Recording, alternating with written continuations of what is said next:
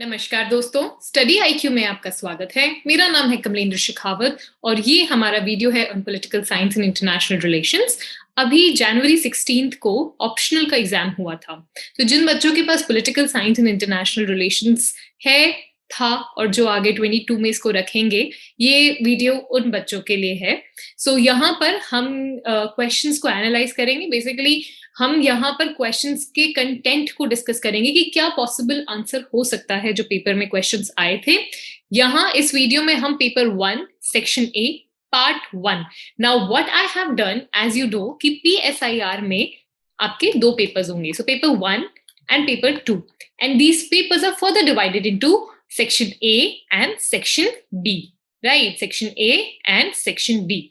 अब मैंने जो ये section A and section B है, इनको भी फर्दर डिवाइड किया है एंड इनको हमने part 1 and part 1 and part 2 में हम इन्हें प्रेजेंट करेंगे। सो आई होप, बिकॉज इससे होगा क्या, आप लोगों के लिए बहुत लंबा वीडियो नहीं रहेगा, जिससे I am sure there are lot of students जो इस वीडियो को देख रहे हैं, इसे सीखेंगे, सो दे कुड छोटे छोटे पार्ट्स में सारे क्वेश्चंस को समझ पाएंगे। इस पूरे वीडियो का आपको पीपीटी जो है आपको मेरे टेलीग्राम चैनल पे मिल जाएगा, जो है कमलेंद्र शेखावत के नाम से। साथ ही अगर आपकी कोई क्वेरीज है, कोई क्वेश्चंस है, तो आप मुझे मेरे इंस्टाग्राम पे मैसेज करके फॉलो करके पूछ सकते हैं। सो let's get into the video guys. जो हमारी नॉर्मल ड्रिल है कि हम इस बारे में बात करते हैं कि conceptual clarity is very important, and इस बार के पेपर की बात करें तो इस बार का paper is nothing but all about conceptual clarity, analytical approach and interlinkage approach. तो ये कहाँ से पॉसिबल होगा? जब आपके कॉन्सेप्ट्स, आपको सब्जेक्ट की नॉलेज होगी, एग्जैक्टली क्या मैटर है वो पता होगा, then only you would be able to answer the questions और मे बी पेपर को सॉल्व कर पाएंगे। सो फॉर दैट आप हमारे UPSC optional political science and international relations का स्मार्ट कोर्स अवेल कर सकते हैं स्टडी आईक्यू की एप्लीकेशन एंड वेबसाइट से। This is the question paper guys. एक वीडियो हमने पहले भी बात कर चुके हैं हम, जिसमें हमने पूरे पेपर को एनालाइज किया है, साथ में हमने थोड़ा कंपेरेटिव अप्रोच रखी कि प्रीवियस ईयर क्वेश्चंस जो रिलेटेड आए हैं। So I would strongly suggest you to go and watch those video. दो वीडियोज हैं, आप जरूर देखें उन्हें। ये इंस्ट्रक्शंस की बात है, मैंने पहले भी डिस्कस की थी, इंस्ट्रक्शंस को जरूर पढ़ें, डू नॉट निग्लेक्ट। ऐसा नहीं है कि आपने पूरी अच्छी तैयारी कर ली बट आपको पता ही नहीं कि क्वेश्चन पेपर आता किस तरीके से। सो फॉर दैट मैटर मैंने यहाँ पर एग्जैक्टली क्वेश्चन पेपर को इंक्लूड किया है so that you can understand कि ये क्या instructions given है। So I very strongly recommend कि आप इनको जरूर देखें, राइट? और सबसे पहले हम सेक्शन ए की बात करेंगे। सेक्शन ए का जो फर्स्ट पार्ट है, राइट, इसमें ये जो क्वेश्चंस हैं ये कंपल्सरी क्वेश्चंस है, राइट? तो ये आपको, सॉरी, ये यहाँ तक है, ये compulsory question, and then this is question 2। Compulsory as in you can not skip these questions. So let's get into the video now. सबसे पहला क्वेश्चन जो आपका आया था, it is feminist critique of the state comment, right? Feminist critique of the state. देखिए, I am sure जो आपकी conceptual knowledge जैसे रही होगी, आपने फेमिनिस्ट थ्योरी ऑफ स्टेट को पढ़ा होगा, राइट? कि भाई फेमिनिस्ट थ्योरी ऑफ स्टेट क्या होता है। ये क्वेश्चन जो था, मैंने जैसे बताया आपको, फर्स्ट क्वेश्चन है, उसका ए पार्ट है। So this is a compulsory question, ठीक है? 10 मार्कर क्वेश्चन है एंड 150 वर्ड में आपको इस क्वेश्चन का आंसर देना है, राइट? सो सबसे पहले हम बात करेंगे व्हाट, ये इस क्वेश्चन को आपको किस तरीके से अप्रोच करना था।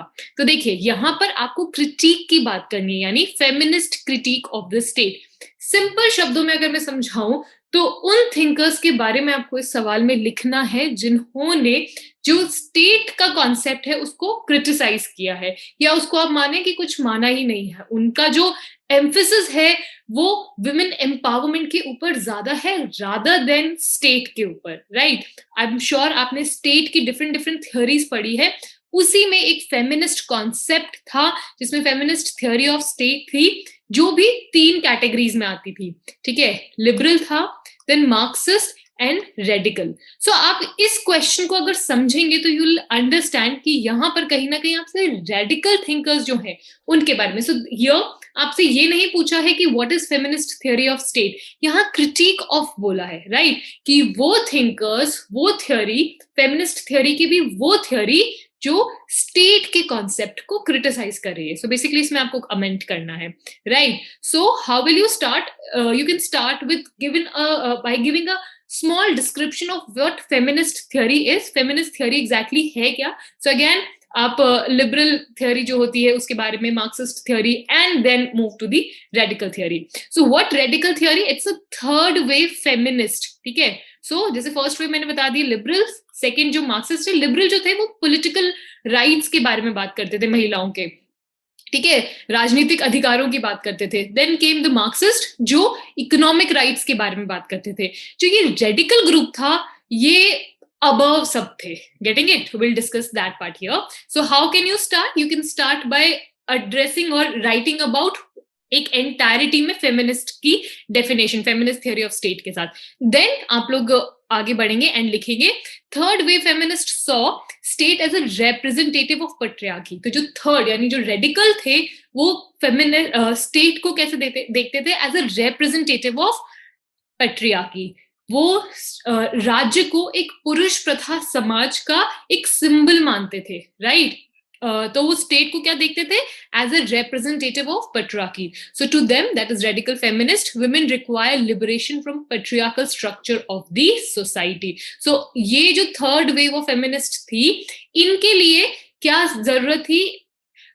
जब हम आगे इस आंसर को देखेंगे तो फेमिनिस्ट जो क्रिटिक थे वो कोई क्लियर डेफिनेशन नहीं, हम वो क्रिटिसिज्म में लिखेंगे, ठीक है. सो वो कुछ बहुत डेफिनेशन ढंग से नहीं बता रहे थे क्या चाहना है क्या नहीं, बट वो स्टेट को क्रिटिसाइज कह रहे थे कि वो ये कह रहे थे कि स्टेट एक तरीके से पुरुष प्रथा समाज को सिंबलाइज करता है. सो इसमें सबसे इस क्वेश्चन में, क्योंकि ये क्रिटिक की बात है, तो I would very strongly recommend thinkers को जरूर कोट करें, ठीक है. तो इनमें सबसे प्रोमिनेंट स्कॉलर जो आती है वो है कैथरीन मैकिनन. इनकी एक किताब आई थी. बेसिकली ये जो थे कि स्टेट को कुछ मानते ही नहीं थे. ये तो इनका तो यहां तक कहना था कि there is no feminist theory of state. So आप इधर क्या लिख सकते हैं? Start with giving a little small definition of feminist theory of state, then move ahead and जो क्रिटिसिज्म है जो थर्ड वेव आई थी उस पे आपको मेजरली उसको ही हाईलाइट करना है. सो मोस्ट प्रोमिनेंट स्कॉलर जो है कैथरीन मैकिनन है. उनकी किताब आई थी toward the feminist theory of state. उसमें उन्होंने क्या लिखा था? There is no feminist theory. ऐसी कोई थ्योरी नहीं है. फेमिनिस्ट थ्योरी ऑफ स्टेट करके कुछ होता ही नहीं, because state represents patriarchy. So feminism study power, they study patriarchy and how patriarchy results into the sub. और बोले कि स्टेट क्या रिप्रेजेंट कर रहा है? पेट्रियार्की. एंड पेट्रियार्की क्या करता है? Subordination of women as well as their exploitation. So Catherine MacKinnon का व्यू आपको यहाँ लिखना है. According to MacKinnon, when I look at the state, ठीक है, उनका क्या कहना था कि स्टेट, मुझे क्या लगता है, state appears male to me, कि भाई मुझे राज्य एक पुरुष दिखाई देता है. तो उन्होंने स्टेट को कहीं ना कहीं क्या कह के क्रिटिसाइज किया था कि भाई स्टेट किसी भी तरीके से फेमिनिस्ट नहीं है, स्टेट एक पुरुष प्रथा समाज को रिप्रेजेंट कर रहा है. So Catherine MacKinnon has analyse the laws and इन्होंने सबसे ज्यादा जिस चीज के ऊपर एम्फेसाइज किया था, इन्होंने यूएस के लॉज को एनालाइज किया था, स्पेशली जो rape laws and abortion laws थे. इन्होंने देखा कि दे आर एंटी वुमेन. और उसके बाद उन्होंने बोला कि समाज का जो कानून व्यवस्था है, ऐसे कई सारे कानून है जो महिलाओं के लिए प्रोटेक्शन के लिए बनाए बट उनके अगेंस्ट में काम कर रहे हैं. जैसे रेप लॉज की बात की तो बोले बहुत वुमेन को बहुत ह्यूमिलिएट किया जाता है. So these laws they contain lot of loopholes and बहुत एक्सट्रीमली चैलेंजिंग है किसी कन्विक्ट को क्रिमिनल डिक्लेयर करना in this process, right. So इनका यही कहना था कि स्टेट जो है it appears male to me. Now then Susan Moller Okin है, इनको भी आप इनकी बुक के बारे में लिखिए, gender justice and family, has given interpretation to the phrase personal is politic. Now what is personal is political? Basically personal is, उन्होंने बोले personal level पे, that is family level पे, it is male who dominates. तो उनका ये कहना था कि पर्सनल जो है वही पॉलिटिकल है, यानी घरों में भी एक पुरुष ही राज कर रहा है और राज्य में, स्टेट में भी कहीं ना कहीं किसका दबदबा है, कौन डोमिनेट कर रहा है? एक मेल ही डोमिनेट कर रहा है. सो बोले कि नो मैटर आप कोई भी इंस्टीट्यूशन उठा लें, कोई भी स्ट्रक्चर उठा ले, आप वहां देखें कि मेल डोमिनेशन है. तो सुजन वालो ओकिन की किताब को भी हाईलाइट करें. So personal is political highlight how patriarchy influence the life of the women. So बोले it's not just in family but even in the state. You take any organisation, कोई भी समाज का कोई भी ऑर्गेनाइजेशन उठाए, वहां पर मेल डोमिनेशन है, राइट. सो यहाँ पर ये क्या क्रिटिसाइज करें? State, how state is not feminist और how state is not representing women, right. Now, so feminists have ambivalent attitude. Now, what is ambivalent? It is a confused attitude. As I said, they know what state is, but वो क्या recommendation देनी चाहिए, मतलब किस तरीके से state को अपने आप को सही करना चाहिए, उसके बारे में उन्होंने बहुत ज्यादा चीजें नहीं बताई. यानी उन्होंने criticize किया, but एक solid solution नहीं दिया. That is why आप इस पूरे question को end भी इसी तरीके से कर सकते हैं with the criticism. Now, on one hand, they believe that state as an institution of patriarchy. On the other hand, they believe that only state can improve the status of women, right? तो कोई strong उन्होंने opinion भी नहीं दिया, वो state को criticise भी कर रही है एंड स्टेट को रिस्पॉन्सिबिलिटी भी दे रही है कि वही रेक्टिफाई कर सकता है. इसमें आप आयरिस मॉर्गन यंग के बारे में कर सकते हैं. उन्होंने कॉन्सेप्ट दिया था डिफरेंशिएटेड सिटीजनशिप, जो जस्टिफाई करता है affirmative actions. What are affirmative action? जो भी पॉजिटिव एक्शन स्टेट लेता है, जैसे रिजर्वेशन हो गया और दूसरी चीजें के बेनिफिट जो विमेन को मिलते हैं. तो बोले कि जो यंग थी ये एक तरीके से डिफरेंशिएटेड सिटीजनशिप थी, इसको सपोर्ट करते थे. Right. Now liberal feminist demand. Now liberal feminist क्या डिमांड करते हैं? इक्वालिटी. ठीक है. They believe that if women get equal civil political right, they get equal status. ये है लिबरल, जो फर्स्ट वेव वाले फेमिनिस्ट है. रेडिकल फेमिनिस्ट क्या कहते हैं कि इक्वालिटी देने से तो कोई फायदा है ही नहीं, क्योंकि मेल जो है वो ऑलरेडी रेस में बहुत आगे है. सो फॉर दैट, अगर महिलाओं को पुरुषों के बराबर लेकर आना है तो उसके कारण उन्हें डिफरेंशिएटेड, ठीक है, ट्रीटमेंट देना पड़ेगा. And what is that differentiated citizenship और equality? Basically providing affirmative actions or doing affirmative actions, right? तो यूनिवर्सल सिटीजनशिप की जगह वो क्या बात कर रहे हैं? स्पेशल राइट्स की. ठीक है, differentiated citizenship. So I hope आपको समझ आया कि हम कहाँ से शुरू करेंगे. हम एक line, because you need to adhere to the word limit also. शब्दों का बहुत ज्यादा जरूरी है ध्यान रखना. पर शुरुआत करें. What is feminist theory of state? Very briefly. Then move ahead and talk about the third wave of feminism, in which these scholars they are criticizing state by calling it a form of patriarchy. ठीक है, किस तरीके से पुरुष प्रथा समाज को ये represent कर रहा है. So differentiated, and you can end this answer by a criticism that though they are criticizing, but they do not come up with a solid solution कि करना क्या है, rectify कैसे करना है. Right? I hope guys this is clear. First question आपको अच्छे से clear हो गया है कि किस तरीके से आपको यहाँ पर क्या expected है. Right? Now second question, again this is a 10 marker question, 150 word limits का बहुत जरूरी है ध्यान रखना. So इधर simple question, this is affirmative action. इसके ऊपर हम डिस्कस भी कर चुके हैं जो हमारी सीरीज चल रही है उसके अंदर. So what are affirmative action? These are the positive interventions by the state. जो राज्य एक तरीके से सकारात्मक तरीके से इंटरवीन करता है. राज्य को क्या कहा गया है? आपको पता है कि नेगेटिव फ्रीडम होती है, नेगेटिव लिबरलिज्म. उसमें राज्य का काम कहाँ सीमित कर दिया जाता है कि भाई आप लॉ एंड ऑर्डर को मेंटेन रखें, एक्सटर्नल एग्रेशन से प्रोटेक्ट करें एंड सब अपने अपने राइट्स एंजॉय कर सके. ठीक है, उसमें बस ये 3 काम स्टेट को दिए गए हैं. बट पॉजिटिव लिबरलिज्म क्या कहता है कि राज्य को, सरकार को थोड़ा एक्स्ट्रा करना पड़ेगा. क्या extra? That is affirmative actions. So affirmative action denotes governments welfare policies in favour of disadvantage. देखो ऐसे देखा गया है in every society, not just India, because obviously we are Indians, we live here, we know, हम देखते हैं हमारे आसपास कुछ इस तरीके की पुराने टाइम में घटनाएं हुए हैं जिसके रेपरकशंस बहुत सारी कम्युनिटीज अभी तक मतलब भुगत रही हैं. सो for that it's not just case with India, even US में भी ब्लैक्स जो है वो डिस्क्रिमिनेट ट्रीटमेंट को झेलते हैं. Right. So in every society there are certain sections जिनको हिस्टोरिकली डिसएडवांटेज पोजीशन पे रखा गया था. ठीक है, इंडिया में हम दलित्स की बात करते हैं, यूएस में हम ब्लैक्स की बात करते हैं, नीग्रोज एक्सेट्रा. ठीक है, सो ये सब आते हैं. So this section is socially and economically. तो ये जो ग्रुप है ये सोशली एंड इकोनॉमिकली इतना ज्यादा डिसएडवांटेज है कि इनको समाज के दूसरे लोगों के बराबर लाने के लिए कुछ एक्स्ट्रा प्रिविलेज देने की जरूरत है. And these extra privileges are affirmative action. ठीक है, so affirmative action has to be class based rather than individual. यानी किसी एक पर्टिकुलर इंडिविजुअल को नहीं देकर किसी पूरी क्लास को जिसके साथ डिस्क्रिमिनेशन हुआ है उसको दिए जाते हैं. राइट, जिनके साथ किसी भी तरीके की सफरिंग हुई है, जो डेप्रिवेशन के थ्रू गुजरे हैं, ठीक है, डिस्क्रिमिनेशन हुआ है. राइट. सो यहाँ पर ये तो आपने डिफाइन कर दिया what is affirmative action. Now ये देखिए इस बार जो पेपर है इट इज कंपैरेटिवली इजी. यहाँ पर कंपटीशन टफ होगा. So you need to write your answer. जिसने बेटर लिखा होगा लिखा आई एम श्योर सबने अच्छा होगा, लेकिन बेटर किसका होगा उसके बेसिस पे इस बार मार्क्स एलोकेट होंगे, मार्क्स मिलेंगे. So affirmative action has to be, तो यहाँ आपको अफर्मेटिव एक्शन जो कि positive intervention by the state है, उसको डिफरेंशिएट करे प्रेफरेंशियल पॉलिसीज कि भाई affirmative actions are not preferential policies. ठीक है, सो दीज, ये आपको डिफरेंस यहाँ पे लिखना था. So affirmative action has to be differentiated from preferential policies.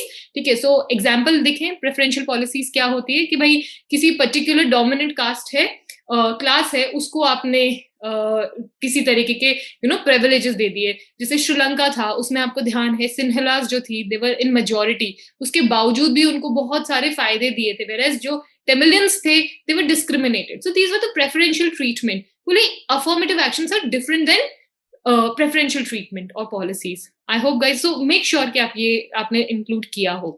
Now affirmative actions, obviously it's a very debatable topic. Affirmative action की बात करें तो even in India it's a contested topic. There are a lot of supporters, there are a lot of thinkers, scholars जो affirmative actions को support करते हैं. Similarly बहुत सारे हैं जो नहीं support करते. तो I would recommend कि इस जिनमें कंटेंट अगर आपको लिमिटेड लग रहा है तो उसके बारे में थोड़ा दूसरे एंगल से सोच के लिखें. सो यहाँ पर आप रामचंद्र गुहा है, प्रताप भानु मेहता है, उनको कोट करें, उनको लिखें कि how they are calling affirmative actions as immoral और मे बी ये और डिस्क्रिमिनेशन क्रिएट करेगा, right. So those who are against the reservation policy, they believe क्यों कर रहे हैं criticise. First of all merit जो है वो अफर्मेटिव एक्शन के थ्रू मेरिट जो है वो कॉम्प्रोमाइज होता है. And again it is sort of a reverse discrimination कि भाई एक समाज के एक वर्ग को पहले डिस्क्रिमिनेट किया था, अब एग्जैक्टली वही हो रहा है. ठीक है, अब जो उस समाज के जो दूसरा सेक्शन है जो मे बी जिसके लोगों ने डिस्क्रिमिनेट किया था, अब उनके साथ, so it's sort of a reverse discrimination, मतलब अभी भी डिस्क्रिमिनेशन समाज में हो रहा है. Now type of compensatory justice. Now compensatory justice कि भाई आपने किसी के साथ कुछ बुरा हुआ तो उसको कुछ तो भी टॉफी वॉफी देके उसको मतलब बहला फुसला दिया. So critic believe that reservation policies are political gimmick and do not bring real benefit, right. कोई इनकी कोई solid difference create नहीं कर सकता. So you include these things, right. So what you have to do here, आप पहले affirmative action के बारे में बताएं, what are it, what are the affirmative actions, how it is done by the state, then move how they are different from preferential policies, then quote जो भी important prominent thinkers हैं जो may be इसको support नहीं कर रहे हैं and why they are not supporting, right. So आप इसके थ्रू इसको पूरा कर सकते हैं. Now equality of outcome as a political idea. Now again interesting question. यहाँ पे आपको equality of outcome के बारे, मेजरली हम equality of outcome को पढ़ते हैं, बहुत ज्यादा heavily नहीं पढ़ा जाता honestly speaking, because it's very, इसकी जो आइडिया है बहुत लिमिटेड है. So most of the time हम क्वेश्चंस देखते हैं कि अगर आप प्रीवियस ईयर क्वेश्चंस भी देखेंगे तो आप इक्वालिटी ऑफ आउटकम का कंपैरिजन देखेंगे अपॉर्चुनिटीज के साथ, राइट. यहाँ पर equality of outcome is a political idea, पूरा का पूरा क्वेश्चन आया है. तो इस पे comments, obviously we know it's a what is outcome, यानी किसी चीज का रिजल्ट. तो किसी का रिजल्ट एज इन मैंने क्लास में डिक्लेयर कर दी कि everybody would get 100 on 100, no matter you have written something in your answer sheet या आपने नहीं लिखा है, कोई फर्क नहीं पड़ रहा, बट सबको 100 मिलेंगे. So do you think it is right, is it any form of equality? So this is equality of outcome where I have placed everybody equally, no matter what, if you have written anything, आपने कुछ लिखा है नहीं लिखा, सबको 100 मिलेंगे. सो मैं आपको सिर्फ समझाने की कोशिश कर रही हूँ. इट्स अ मार्क्सिस्ट, ठीक है, मार्क्सिस्ट और सोशलिस्ट आइडिया है कि एक तरीके से इट्स अ म्यूट इक्वालिटी, ठीक है, इसको म्यूट इक्वालिटी भी बोलते हैं. So it is a concept proposed by Marxist और रैडिकल इगैलिटेरियंस. रैडिकल इगैलिटेरियंस कौन होते हैं? जो इक्वालिटी को सपोर्ट करते हैं but to the extreme, right, जो मेरिट को एक तरीके से नजरअंदाज करते हैं, कंपटीशन को एक तरीके से पूरी तरीके से हटा देते हैं. ठीक है, सो रेडिकल इगैलिटेरियंस का सोल पर्पस होता है कि नो मैटर आप क्वालिफाई हैं नहीं है, बट आपको बहुत हाईली क्वालिफाइड उसके बराबर रख दिया जाए. So equality of outcome advocates equal distribution of rewards. Now this line is very important. ठीक है, reward such as income, wealth and other social goods irrespective of the social and family background or talent and efforts. Now this word efforts, ठीक है, this is bearable, social and family background is bearable, talent and effort ये bearable नहीं है. कि भाई अगर किसी में ज्यादा टैलेंट है, किसी ने ज्यादा मेहनत की है, किसी के ज्यादा एफर्ट है, तो obviously that person should be rewarded. But what equality of outcome suggests? एक तरीके से एक लेवल प्ले पे लेकर आना, सभी को बराबरी ट्रीटमेंट देना। सो ये किसका कॉन्सेप्ट है? ये रेडिकल एगैलिटेरियंस का कॉन्सेप्ट है, ये मार्क्सिस्ट का कॉन्सेप्ट है, ये सोशलिस्ट का कॉन्सेप्ट है। मार्क्सिस्ट जो है, मार्क्स जो है वो कहते भी थे from everyone according to his ability to everyone according to his need. So this line totally, ये लाइन जो है यही पूरा कह रही है कि this is equality of outcome. Now the idea of equality of outcome necessitates the introduction of far more dramatic measures by the state for necessary changes to be visible in the society, right? तो राज्य के द्वारा कुछ ऐसे कठोर step लेने की जरूरत बात करती है जब equality of outcome, and honestly देखा जाए तो ये प्रैग्मेटिक एंड सही भी नहीं है, right? So you have to address the answer that way, right? You don't need to agree with everything. अगर आपको लग रहा है कि कोई सवाल में आप अपना ओपिनियन डाल के उसको स्ट्रॉन्ग एग्जाम्पल्स के साथ सपोर्ट कर सकते हैं, प्लीज डू दैट, ठीक है? So the idea of equality of income is widely accepted by the socialist, communist, and the anarchist, who view that it is the most vital form of equality, since without it other forms of equality are futile. ठीक है? However, अगर हम practical बात करें reality की, so who are the advocates of equality of outcome? Socialist, communist, anarchist, ये लोग बोलते हैं कि नहीं, this is the best way. लेकिन अगर हम reality की बात करें, so people differ in their abilities and talents, right? So equality of outcomes will cause killing incentives among the more competent. तो जो ज्यादा competent है, जो ज्यादा hard working है, जो ज्यादा talented है, जो ज्यादा efforts डाल रहा है, उसके साथ कहीं ना कहीं discrimination हो रहा है अगर equality of outcome आ रहा है। So एक तरीके से it is also a sort of injustice. अब justice के नाम पे एक तरीके का injustice कर रहे हैं, right? So this would result into lower production. Obviously there would be USSR का example आप दे सकते हैं कि USSR ने कहीं ना कहीं quality of outcome का ही method model अपनाया था, which eventually led to its downfall. There was no competition, there was no zeal of doing more than others. तो पूरी country का ही downfall हुआ. So it would result in lower production, and it will also affect the state of poor, ठीक है? सो thus it, मतलब एक वो vicious cycle में फंस जाएंगे, नोबडी इज डूइंग एनीथिंग, क्योंकि सबको पता है कोई इंसेंटिव्स नहीं है, हम क्यों काम करते हैं, हमें रिवॉर्ड्स मिलते हैं, इंसेंटिव्स मिलते हैं, प्राइस मिलता है, लेकिन अगर सबको बराबर मिलेगा, कोई एक्स्ट्रा किसी को मिलेगा, तो there would be no competition, so it's not even good for the poor people, right? ये ओवरऑल ही एक बहुत डूम सिचुएशन क्रिएट करेगा. So thus it never came into being and remains an utopia. Now, American libertarians and advocates of economic liberalism, such as Friedrich Hayek, देखिए मैंने क्या बोला, इस बार पेपर comparatively easy है, तो you have to make your answer better than other by quoting different thinkers. तो यहाँ पर आप जो ये libertarian advocates and liberalism है, जैसे Friedrich Hayek है, Milton Friedman है, इनको कोट कर सकते हैं, tend to see equality of outcome negatively and argue that any effort to cause equal outcome would necessarily and unfortunately involve coercion by the government. ठीक है? बोले सरकार को भी एक coercive, nobody would be happy.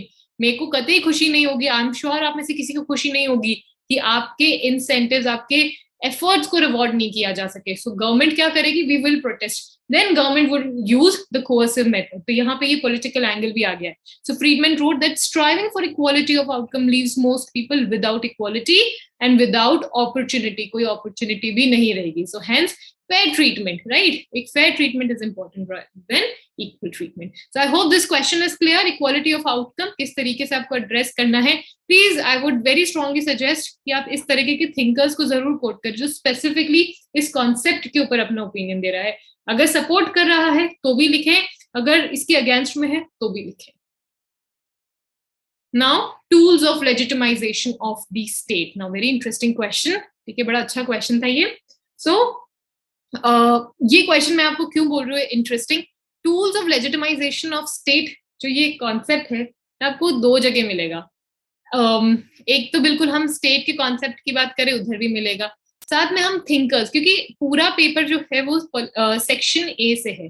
Section A में आपने marks भी पढ़े हैं, कि मार्क्स को भी पढ़ा है, ग्राम्स्की को भी पढ़ा है, राइट? तो टूल्स ऑफ लेजिटिमाइजेशन के बारे में ये थिंकर्स ने भी अपने कॉन्सेप्ट्स में बात की है.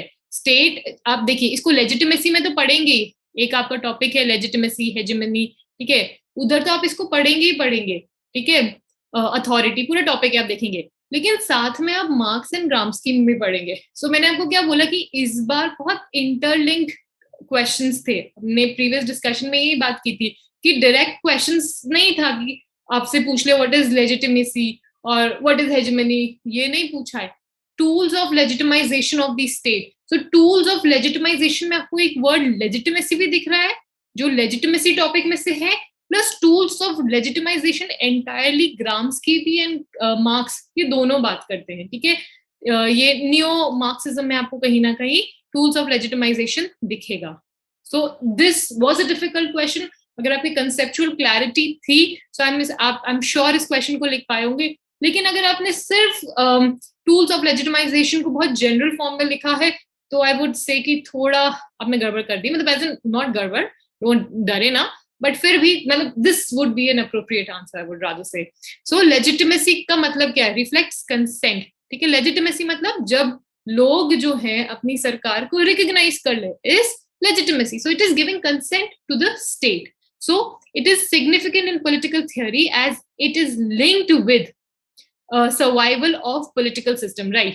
देखिए, कोई भी राज्य अगर वहां पर लेजिटिमेसी नहीं होगी, वो वहां की सरकार लेजिटिमेट रूल से नहीं कर रही होगी, रूल नहीं कर रही होगी, सो वो इवेंचुअली सिस्टम खत्म हो जाएगा। मैं एक बहुत एग्जाम्पल की तरह बात कर रही हूँ। तालिबान सरकार जब थी, अभी तो वापस आ गई, 2008 में ये चली गई थी, ये कहीं ना कहीं इसको लोगों की अथॉरिटी जो थी, मतलब एज एन लोगों की रजामंदी नहीं मिली थी, so it was always doom to fall. अभी भी अगर तालिबान ढंग से नहीं चलेगा, उसको लेजिटिमेसी नहीं मिलेगी, वहां लोगों की रजामंदी नहीं होगी, तो it would not last for long, trust me. कितने 5-7, वो भी बहुत ज्यादा बोल रही हूँ मैं, कोई ना कोई बड़ी पावर इंटरवीन करेगी, वहां के लोग प्रोटेस्ट करेंगे एंड इवेंचुअली ये फॉल हो जाएगी। सो लोग, even for the political stability, legitimacy यानी लोगों का consent is most important.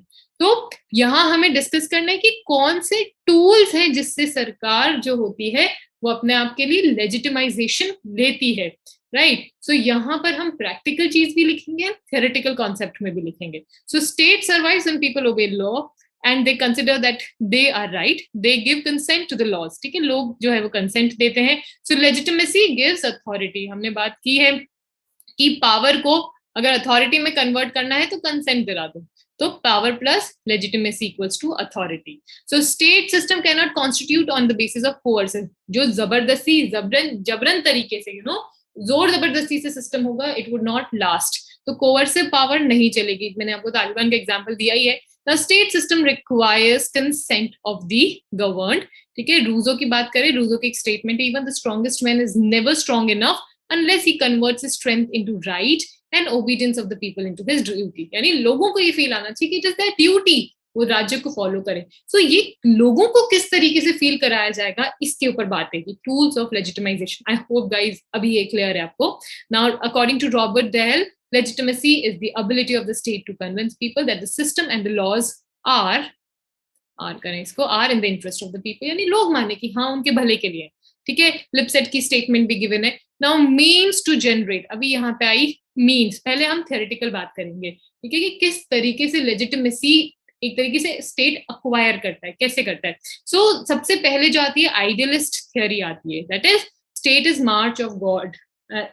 Idealist state में जो होता है, यानी एक सिचुएशन बतानी, मतलब डिफरेंट स्टेट्स की बात की गई है कि एक आइडियलिस्ट स्टेट होगा, जैसे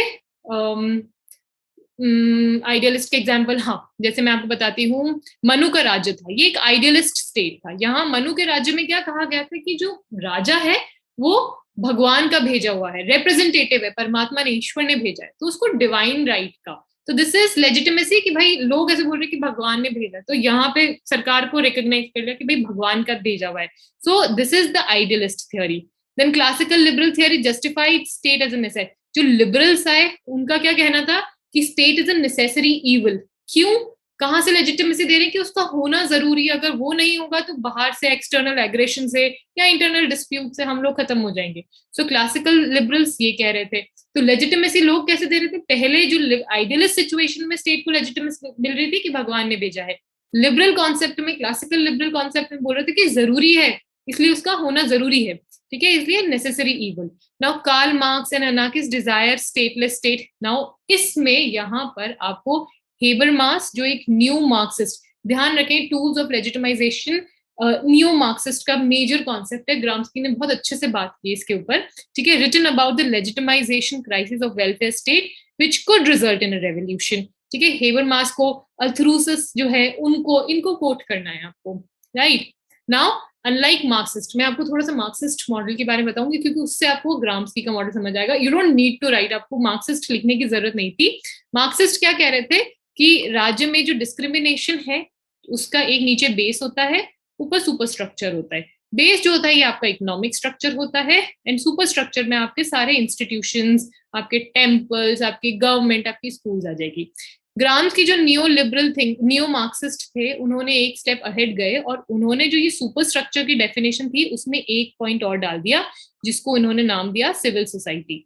ठीक है, तो इन्होंने क्या बोला, बेस में तो इकोनॉमिक सिस्टम है, ठीक है, सुपर स्ट्रक्चर में एक तो स्टेट है और दूसरा सिविल सोसाइटी. एंड ये उनका जो पिरामिड था, ठीक है, ये पिरामिड था, इन्होंने जो ग्राम्स्की ने बताया, बोले ये जो सिविल सोसाइटी है ये इकोनॉमिक, अगर आपको ध्यान है कार्ल मार्क्स पढ़ा है तो बोले, अगर उन्होंने क्या बोला था कि अगर आपको समाज की व्यवस्था को बदलना है तो वहां की इकोनॉमिक व्यवस्था को बदलने के लिए आपको सुपर स्ट्रक्चर को चेंज करना, अगर सुपर स्ट्रक्चर को चेंज करना है तो इकोनॉमिक व्यवस्था को चेंज करें, बेस को चेंज करें, तब ऊपर से चेंज हो जाएगा.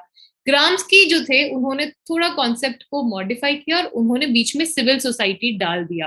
बोला कि समाज का जो ये डिस्क्रिमिनेटरी बोल रहे या कैसा भी स्ट्रक्चर बोल रहे हैं, ये कहीं ना कहीं किसके ऊपर टिका है, civil society. Now civil society में क्या आता है, सिनेमाज आ गया, आपकी मूवीज आ गई, आपका थिएटर आ गया, आपका आर्ट कल्चर, ये सब सिविल सोसाइटी में. तो बोले सरकार को लेजिटिमाइजेशन ये सिविल सोसाइटी दे रही है. Getting it? So Gramsci divide the superstructure into state, into two part, state and civil society, और जो सिविल सोसाइटी है उनको लेजिटिमेसी. आई होप गाइज आपको ये कॉन्सेप्ट क्लियर हुआ.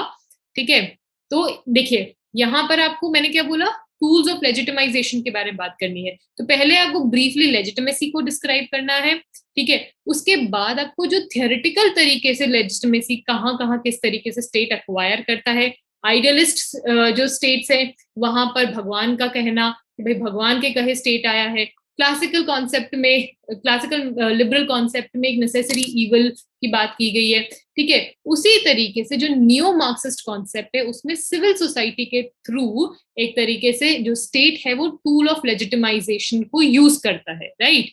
यानी स्टेट अपनी आपको एक कंसेंट दिलाता है कि भाई सिनेमा इस तरीके से दिखाना, मूवीज इस तरीके से दिखाना, इस तरीके का आर्ट वगैरह प्रोड्यूस करना जिससे लोगों को लगे कि हाँ हमें प्रोटेस्ट नहीं करनी, हमारी सरकार अच्छी है, यू नो, दिमाग को मोल्ड करना.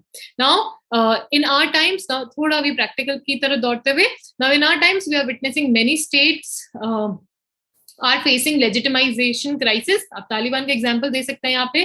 We can consider Arab Spring as a reflection of legitimize, कि भाई अगर legitimacy नहीं होगी, ठीक है, सरकार एफर्ट्स नहीं लेगी अपने आप को एक राइट सरकार बताने की, एक राइटफुली स्टैब्लिश गवर्नमेंट बनाने की, तो उसकी लेजिटिमाइजेशन क्राइसिस होंगे. In India ethnic movement which Atul Kohli है, ठीक है, refers to crisis of governability are same as the legitimacy crisis. ठीक है, तो जो भी क्राइसिस सरकार से कंसेंट ले रहे हैं, ठीक है, वो लेजिटिमाइजेशन क्राइसिस है.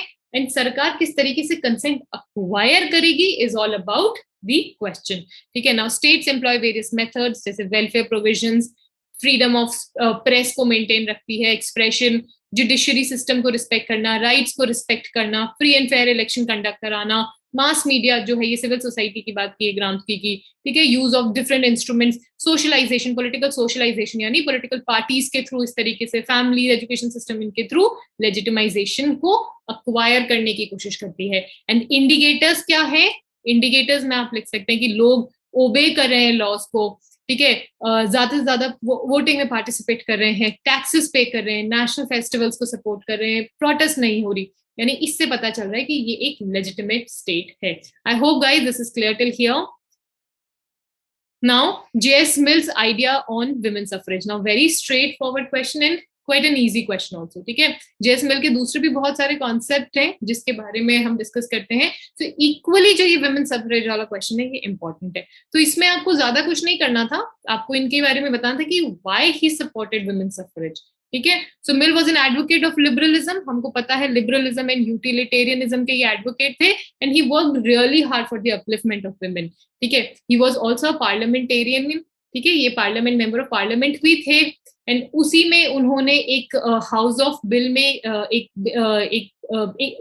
हाउस ऑफ कॉमन में एक बिल को प्रेजेंट किया था, ठीक है, इन favour of women suffrage. Although ये बिल सक्सेसफुल नहीं हुआ था, मतलब ये पास नहीं हो पाया था, ठीक है। So Mill presented a petition to the House of Commons in favour of women suffrage.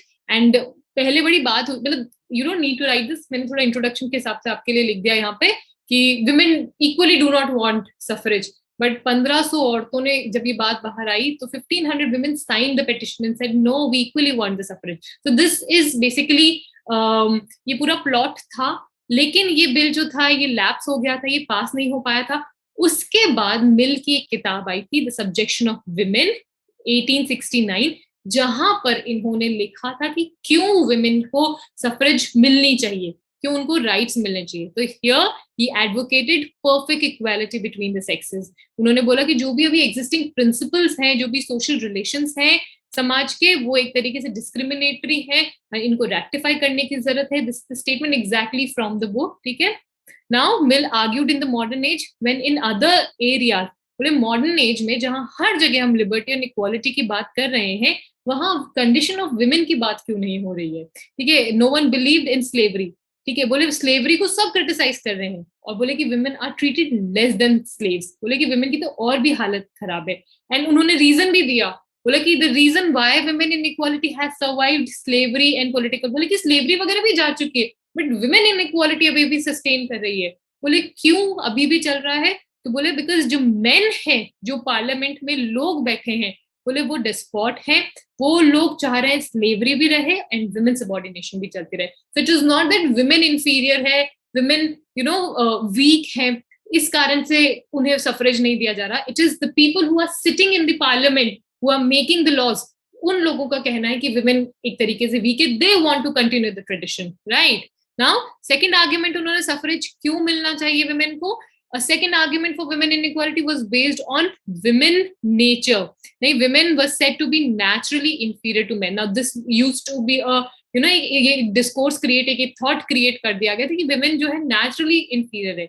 उसमें मिल का रिस्पॉन्स था was that one could not make argument about women equality based on the natural differences because these differences were the result of socialization. यानी what does this mean? बोले कि जो अगर भी differences है, बोले कि विमेन में अगर डिफरेंसेस भी हैं, so it is not a natural way, बोले ये नेचुरल नहीं है, इट इज सोशल। बोले ये परिवार का माहौल ऐसा है, समाज का माहौल इस तरीके का है कि विमेन को इनफीरियर एक तरीके से रेज इस तरीके से किया जा रहा है। बोले नेचर ने कोई डिस्क्रिमिनेशन नहीं किया, ये तो परिवार ने, समाज ने डिस्क्रिमिनेशन किया है। So it is the result of socialisation, not the nature. अगर इनफीरियर भी है naturally, women जो है वो equal है men के। Now Mill argued that there is nothing wrong with women's subordination because women accept it voluntarily. Mill pointed out that the claim was empirically wrong. Many women had written tracts. बोले कि ये कहना कि women themselves want कहीं ना कहीं अपनी एक inferior position, बोले ऐसा कुछ नहीं है। There are a lot of protests going on. बोले लंदन की streets में देख लो, all over the world there is protest for equal rights, for suffrage, right? And last point Mill against which Mill argued was that the family to function well, one decision maker is needed and the husband is best suited to be the decision maker. Mill scoffed of this argument, the husband and the wife being adults. they बोले कि ये कहना कि परिवार में पुरुष जो है वो बाहर से कमाएगा एंड औरतें जो हैं वो परिवार का ध्यान रखेंगी, बोले this is an insane argument. बोले दो लोग हैं, बराबर समाज में इनका भूमिका है, 50% अगर पॉपुलेशन महिलाओं की है तो उनको अधिकार भी बराबर मिलने चाहिए। So again like I said, he was a liberal thinker, he was a utilitarian thinker. And utilitarian thinkers जो है वो क्या कहते हैं कि भाई यूटिलिटी, अगर समाज की भी यूटिलिटी देखा जाए, बोले समाज भी इवेंचुअली अगर 50% ऑफ पॉपुलेशन कहीं तरीके से डिस्पैरिटी को फेस करेगी तो समाज कैसे ग्रोथ, बोले कि अगर यूटिलिटेरियन कॉन्सेप्ट से भी देखा जाए तो भी कहीं ना कहीं विमेन को इक्वालिटी की जरूरत है। So Mill rightly regarded improvement in the position of women, ठीक है, हर जगह। सफरेज में उन्होंने कहा ही था, एम्प्लॉयमेंट में, अपॉर्चुनिटी में, एजुकेशन में, हर जगह विमेन को पुरुषों के बराबर मिलना चाहिए अधिकार, राइट। क्रिटिसिज्म में आप लिख सकते हैं कि मिल का जो तरीका था to convince people was based on utilitarianism. So you can end this answer with a criticism by saying कि Mill should have talked about women, not the समाज। बोले यहाँ पे भी समाज की बात करते, जो मेन आइडिया था वो कहीं ना कहीं खो रहा था। I hope guys this is clear. तो इस तरीके से आपको इसमें ये लिखना था. Now how has Rawls enriched the idea of justice and liberalism? Now this was quite a difficult question. 20 mark का question है. Why I'm calling it a difficult one? क्योंकि अगर आपने सिर्फ रॉल्स का veil of ignorance, fair justice ये पढ़ा है, जस्टिस एज फेयरनेस, तो आपने आई एम श्योर ये आंसर क्रैक नहीं कर पाओगे. There is a concept, John Rawls का कॉन्सेप्ट बियॉन्ड इट, उसको एड्रेस करना था. देखिए मैं थोड़ी सी आपको स्टोरी बताऊंगी, उसके बाद आपको पता है कि जॉन रॉल्स जो थे, he was an advocate of justice. उन्होंने क्या बोला था कि समाज में जस्टिस कैसे आ सकता है. उन्होंने कॉन्ट्रैक्ट की थ्योरी जो था, कॉन्ट्रैक्चुअल मेथड, उसको अडॉप्ट किया था. बोले कॉन्ट्रैक्ट बनाएंगे, राइट, और उसके लिए क्या बोला था कि we'll send people in a natural, बोले एक बिल्कुल बिगिनिंग स्टेट ऑफ नेचर में भेज दिया जाएगा, जहां पर जो लोग होंगे वो वेल ऑफ इग्नोरेंस में होंगे. What is well of ignorance? कि किसी को पता नहीं कि आगे क्या पोजीशन मिलने वाली है.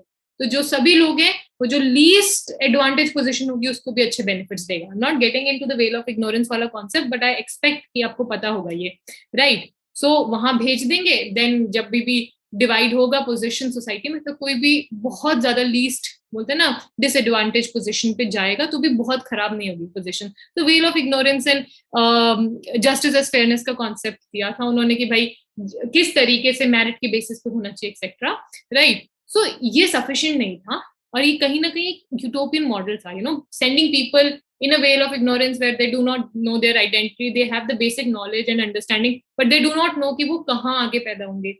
ऐसा कॉन्सेप्ट इज किताबों में अच्छा लगता है, प्रैक्टिकली लाइफ में पॉसिबल नहीं है. So hence he moved ahead and rectified his own theory in his book the laws of the people. इनकी तीसरी किताब थी, ठीक है, उसमें उन्होंने ये कॉन्सेप्ट दिया था. Now you have to understand, इस क्वेश्चन में आपसे रॉल्स आइडिया ऑफ जस्टिस नहीं पूछा, इसमें आपसे ये पूछा है कि रॉल्स ने अपने आइडिया ऑफ जस्टिस से लिबरलिज्म जो था उसको किस तरीके से एनरिच किया था. This is the question. यहाँ ना आपसे रॉल्स पूछा है कौन थे etcetera etcetera, right it obviously. ना उनका आइडिया ऑफ जस्टिस पूछा है जिसमें आपको veil of ignorance and justice as fairness के बारे में लिखना था. आपसे यहाँ पूछा है कि रॉल्स ने अपने जस्टिस ऑफ आइडिया में लिबरलिज्म को कैसे एनरिच किया है. This is 20 mark question, right. So you start with obviously with the introduction, Rawls कौन थे, क्या थे, इनका वेल ऑफ इग्नोरेंस क्या था, जस्टिस एज फेयरनेस का क्या था. Then what you will do, जैसे philosopher origin of social liberalism are in the works of John Rawls, ठीक है. In his theory justice as fairness emphasise on the need to help the least advantage, ठीक है, section of the society. He calls for the fair equality of opportunity, कि भाई incentives भी देने हैं and there should be proper equality, लेकिन साथ में इंसेंटिव्स को भी देना है, ठीक है, equality of opportunity. Now, Rawls was a critic of liberal utilitarianism, ठीक है, and supporter of liberal egalitarianism. ठीक है, ये बड़ा जरूरी है यहाँ पे कि liberal egalitarianism, ठीक है, radical egalitarian नहीं थे, liberal egalitarian थे, ठीक है. He revived the tradition of Immanuel Kant, जो कि बेस था ह्यूमन डिग्निटी के ऊपर, ध्यान रखिएगा, ठीक है, उसको इन्होंने रिवाइव किया था. मतलब there were lot of other thinkers जो इनसे इन्फ्लुएंस हुए थे, जैसे अमर्त्य सेन जो थे, Dworkin, ठीक है, he has influenced liberal egalitarians like Dworkin, जिन्होंने इक्वालिटी ऑफ रिसोर्सेज को सजेस्ट किया था. अमर्त्य सेन जो थे, उन्होंने इक्वालिटी ऑफ कैपेबिलिटीज, कि भाई आप equality of capabilities as in सबको सशक्त कर दो जिससे वो अपनी ग्रोथ कर सके. ये अमर्त्य सेन का कॉन्सेप्ट था, राइट. सो जॉन रॉल्स का ये आप इंट्रोडक्शन में लिखें. Now in political liberalism Rawl has given following conception. Now overlapping consensus, regional pluralism, political conception of justice and comprehensive. ये the most important part of the question, ठीक है, ये सबसे ज्यादा इंपॉर्टेंट पार्ट है. ये आपने अगर अच्छे से कंसेप्चुअल नॉलेज क्लियर है आपकी, आप तभी ये पार्ट लिख पाए होंगे, otherwise I am sure there were lot of students जो इस चीज को मिस कर गए होंगे, right. So what is overlapping consensus.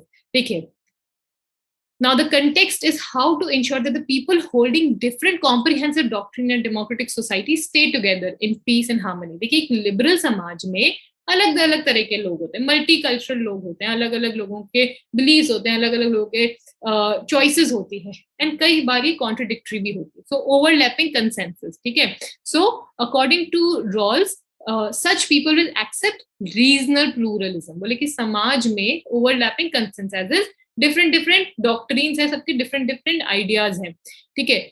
उस समाज में लोग एक रीजनल प्लूरलिज्म को सपोर्ट करेंगे. What is regional pluralism? कि आपने रैशनली माना है कि समाज में डिफरेंट लोग हैं. So pluralism denotes existence of diversity and reasonable pluralism denotes accepting diversity on the basis of application, कि भाई देयर इज अ रीजन, ठीक है, उस डाइवर्सिटी को एक्सेप्ट करना. ना people holding different comprehensive doctrine will accept liberalism in political sphere as the best way to resolve disagreement on issues which are of moral nature and there are conflict of values, right? So people holding different comprehensive, यानी different विश्वास वाले लोग, different प्रथाओं वाले, मान्यताओं वाले लोग will accept liberalism. वो liberalism को accept करेंगे क्योंकि only in liberalism, सिर्फ लिबरल उदारवाद में ही ये पॉसिबल है कि जहां पे अगर डिसएग्रीमेंट भी आएगा तो लोग rather than going for conflict एक तरीके से अपने इश्यूज को सॉल्व करेंगे एंड रीजनेबल प्लूरलिज्म को एक्सेप्ट करेंगे कि भाई हाँ ये होता है, समाज इज अ मल्टी कल्चरल समाज, हमारा समाज इज अ प्लूरलिस्टिक समाज. Now, overlapping consensus denotes people will have different reasons to accept liberalism as a way of political life. Now, they may be holding different values, yet would agree to accept democratic procedure. I hope, guys, this is clear. Now, Rawls believe that political liberalism leaves space for plurality at moral values, but is only possible only when people are reasonable, right? Only reasonable people ही ये चीज के लिए agree कर सकते हैं, and this is also possible in a political liberalistic setup. Now, people accept justice as fairness as procedural value. It is public endorsement of differences कि भाई सब लोग agree कर रहे हैं कि differences है समाज में और वो reasonable differences हैं and हम सब उन्हें accept करके आगे बढ़ेंगे. Now, according to him, political conception of justice known as political liberalism is stand. अब ये क्या बोल रहे हैं कि एक stand alone concept है justice का and ये सिर्फ एक political liberalistic society में ही possible है ऐसी situation. Right. I hope, guys, this is clear. So, ये आपको इसमें पूरा लिखना था कि जॉन रॉल्स ने start with obviously his justice as fairness, his veil of ignorance, how he enriched जो liberalism के different schools हैं, justice के different, जैसे है बात की गई कि justice भी एक soul अपने आप में, सबके अपने अपने ideas है, liberalism भी अलग अलग है, radical liberalism अलग है, right? liberal utilitarianism अलग है. इन सारी चीजों को करते हुए इन्होंने अपना क्या कॉन्सेप्ट दिया उसको लिखना है. I hope, guys, this is clear now. Now, examine the importance of behavioral approach in political theory. Very easy question. What led to its decline?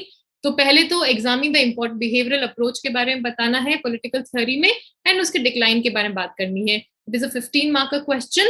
So, Charles Merriam is called as the father of behavioralism. Do write these names and all. ठीक है, ये बड़े important होते हैं. So behavioralism approach became prominent after Second World War. ठीक है, तो behavioralism approach के फायदे आपको इसमें भी दिखेंगे कि क्यों important है. जो traditional approach थी उसकी कमियों में आपको behavioralism के फायदे भी दिखेंगे. I hope आप समझ गए. Now behavioralism became prominent after Second World War. It was strongly promoted by American Political science association, ठीक है, अमेरिकन पॉलिटिकल साइंस एसोसिएशन ने इसको सपोर्ट किया था. The core idea was to make political science. हुआ क्या था, सेकंड वर्ल्ड वॉर के आसपास पॉलिटिकल साइंस को एक सेकंड हैंड ट्रीटमेंट मिल रहा था. ऐसे बोल रहा था कि ये मतलब जैसी नेचुरल साइंसेस, अप्लाइड साइंसेस है, वैसी इज्जत नहीं मिल रही थी. पॉलिटिकल साइंटिस्ट को इनवाइट नहीं किया जा रहा था कॉन्फ्रेंसेस में, एक्सेट्रा एक्सेट्रा. तो पॉलिटिकल साइंटिस्ट को लगा कि let's make political science more empirical and more pragmatic, उसको प्योर साइंस बना देते हैं. So, पूरा whole epistemology and even the anthropology of the discipline. So, traditional method of political science एक तरीके से dead हो रहा था. Scholars जो थे वो contemporary issues and problems को तो deal कर नहीं रहे थे. Century old ideas, institutions उनमें busy थे. Historicists like Sabine, Dunning ये history को लिखने में, Plato, Marx इसमें busy हो गए थे. ठीक है, और जो दूसरे whereas other social science discipline जैसे sociology की बात कर लें, ठीक है, उन्होंने अपने अंदर साइंटिफिक मेथड जो थे, पॉजिटिविज्म थे, उसको इनकॉर्पोरेट कर लिया था. whereas पॉलिटिकल साइंसेस थे वो पीछे रह गए थे. So political science remain far from adopting scientific methods for research. This political theorists were armchair theories. ठीक है, एक तरीके होता है ना, आर्म चेयर थ्योरीज बोल दी कि भाई ये पुरानी हो गई है, कोई बहुत ज्यादा इफेक्टिव नहीं. तो इतना कहीं ना कहीं उसकी रेलेवेंस खो रही थी, इतनी इज्जत नहीं मिल रही थी. सो इंटेलेक्चुअल फैक्टर्स जिसके कारण बिहेवियरलिस्ट रेवोल्यूशन चालू हुआ. So scholars of Chicago School of Political Science like Charles Merriam, Catlin were advocating for the behavioral systematic and value-free analysis. कि भाई political science को value-free बनाएंगे, value-neutral बनाएंगे, pragmatic बनाएंगे, experience-based, example-based बनाएंगे.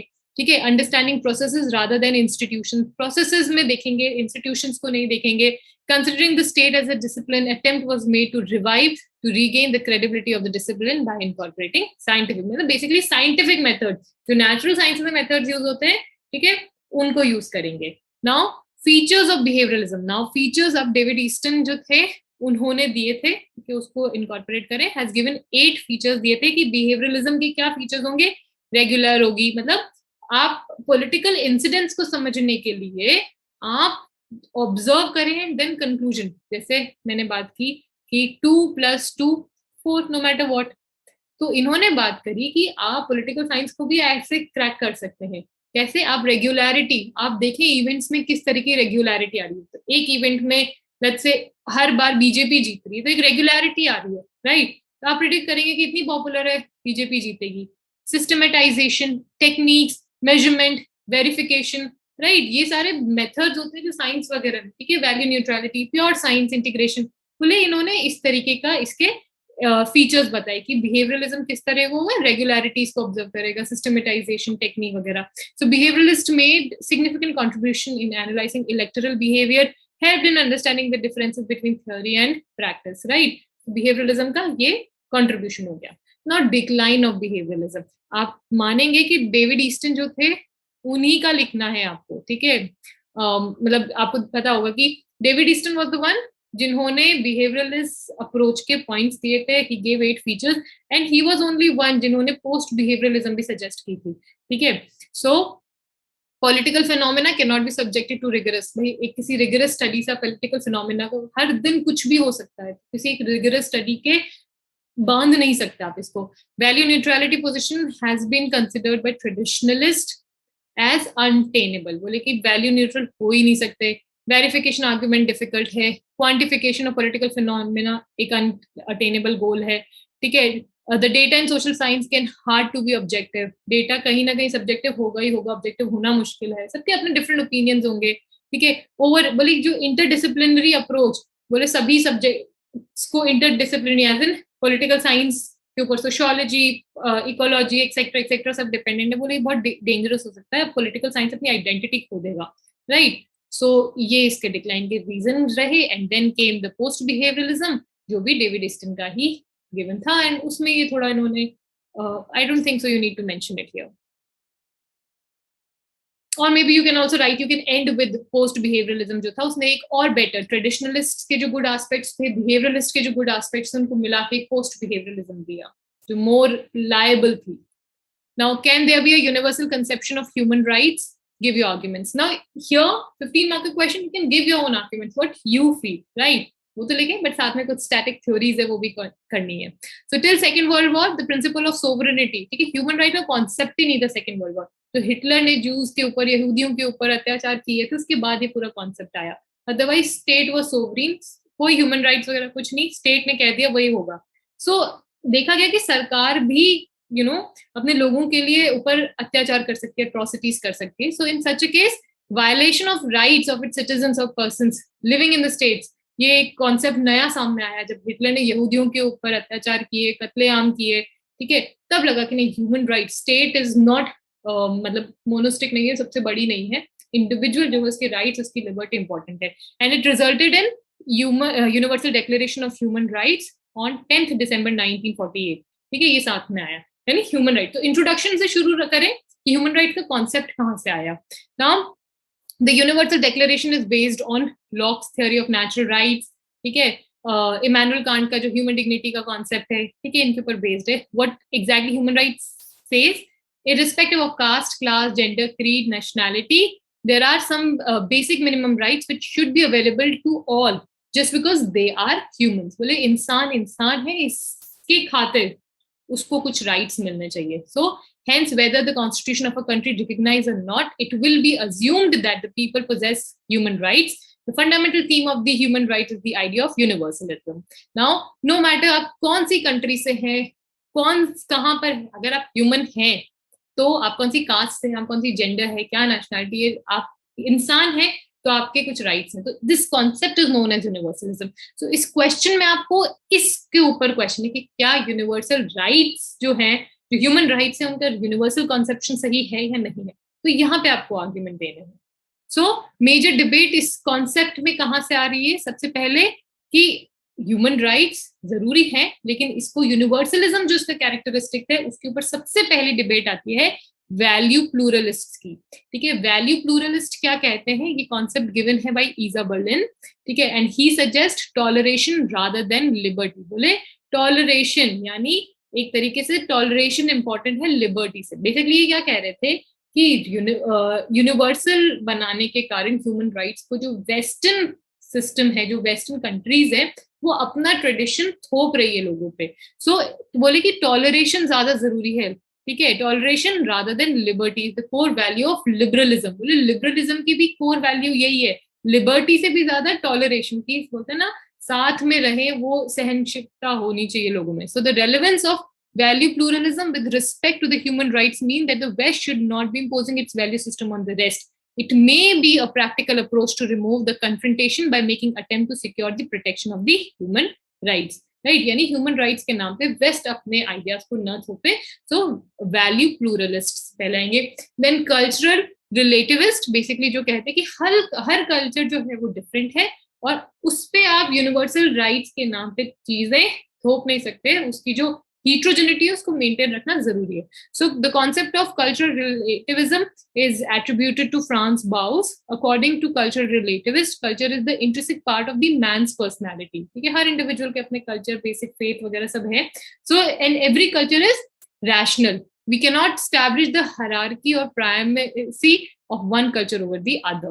Then multiculturalist है, वो भी यूनिवर्सल कंसेप्शन ऑफ जो राइट्स है उसको क्रिटिसाइज करते हैं। वो क्या कहते हैं, इसकी जो मल्टीकल्चरलिज्म की जो थीम है, it is based on the rights of minority. इसमें आप विली किमलिक जो है उनको कोट करें, भीखू पारिक है, ठीक है, उनको कोट करें। ठीक है, हाउएवर द मेजर डिस्कंटेंट और जो मेन डिस्कंटेंट है ओवर दिस ह्यूमन राइट्स को यूनिवर्सल बनाना है नहीं बनाना, ये कहाँ से आ रहा है कि भाई जो वेस्टर्न है वो अपने आप को प्रमोट करने के लिए, वेस्टर्न वैल्यूज को प्रमोट करने के लिए कहीं ना कहीं कल्चरल इंपीरियलिज्म कर रहा है।